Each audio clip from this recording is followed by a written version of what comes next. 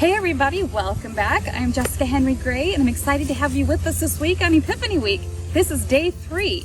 Today I'm going to talk to you about composition and thumbnail sketches and how to choose a scene when you get out into nature and you're overwhelmed by all the choices. I just pan a simple scene and show you how I take from that scene and break it down into a sketch. So watch this video, I think you're going to like it. But now, this is Epiphany Week, so I'm going to tell you about this. My Epiphany channel it's like a program where you subscribe, and for a monthly fee of only $35 a month, I have almost 50 videos up there, and we continue to put new videos up, at least 2 new videos up every month. So I've got everything from drawing, painting, landscape, still life, portraits, you name it, it's up there. I'm really excited about it. Let's jump into this video on composition. Very important. Okay, so I'm behind the camera here now, and I just wanted to talk a little bit about composition. So as we scan this beautiful park and these lovely fall colors, I want you just to look at this scene. Now, as we talk about composition, I'm going to choose a couple of scenes in here to demonstrate what I would do to compose a painting. But as you look here, my question for you is, what would you paint? What would pop out to you as a good painting? So some things I'm going to talk about are things that you could look for when composing your scene.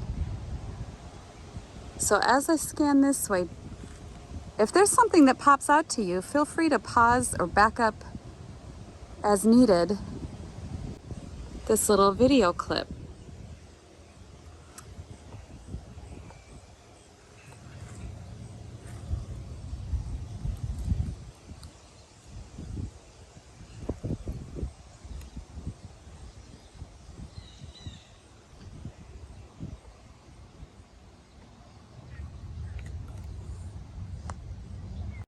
Alright, so what I like about this scene is I'm thinking about the leading in of this rock to that curving tree branch and the interest beyond. So there's more than just a tree, water, land, sky picture. Those 4 basic stripes would be really boring. So I'm thinking about ways that I can encourage the viewer to come into the painting. Now, as I chose this scene, it's not necessarily about color, but it's about leading the eye in through a means of selection. So what that means as I work out a sketch is I'm going to play with those objects that lead the eye in. So let's say I work with a rectangle for my canvas, and we're going to do it in a horizontal. That's just a basic ratio of an 8x10 or 9x12. And I'm thinking about the tree branch leading the eye in and where I'm going to go from there. So if I have this bank coming in here and the water behind, this beautiful white shimmer, and the shadow of the bank is here, this rock put here, leading the eye up this way and around to this lovely willow branch, and up out of the canvas this way, and then back here is where the viewer will be drawn to, way back in the distance. Now, do you see what I've done to entice a nice composition out of this scene? The golden section is from the Greeks, and what they decided back then was it was a ratio, and I forget the exact numerical equation, but it's basically by thirds. You've heard of the division of 1/3 and 2/3. So I've got it this way at 1/3 by 2/3. And also that Fibonacci spiral, you've seen the swirl coming like this, that was mathematically designed to exemplify perfect beauty.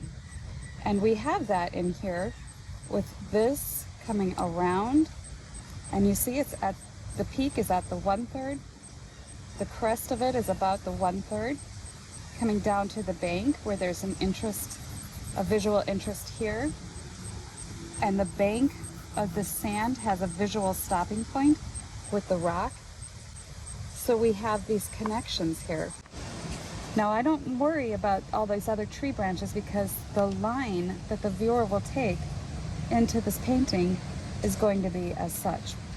This white of the shimmer on the water coming around this way will help direct the eye back this way. Our eye is drawn to the area of the greatest contrast, so wherever there's a bright white, we're going to look there. So that works to our advantage. Coming up this way with the water and the dark of the shoreline back there helps to frame in this beautiful water right up front. And if I were to take this back to the studio and play with what I see under that glassy surface of the water, that would be even more fun. With the leaves just under the surface, that's beautiful. And we'll darken this kind of down in here, the shadows in the water. And then there's shadows from this tree being cast on the sand and the muddy bank right in here, also encouraging the line of sight going up that way. This dark bank right here creates a visual stop saying we're going to work up this way.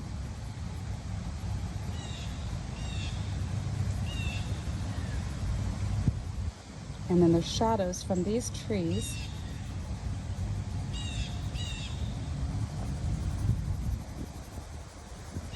And cast this way. Now, if I can erase this highlight on the water a little bit more so we can see that better. And that kind of helps with the composition there. Now, these trees in the background, I don't want them to compete with the trees right in front. So we're going to darken them, but not as dark as the trees in front. So this becomes a wall of slightly darker down here. And then it gradually fades to being lighter and lighter, gold and yellow toward the top.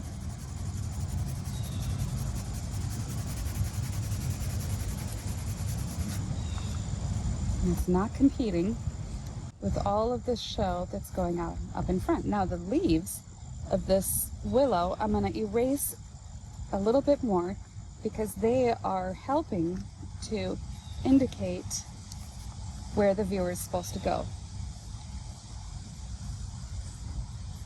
So I could work out all of these delicate little intricate branches and so forth, because that's going to frame all of this.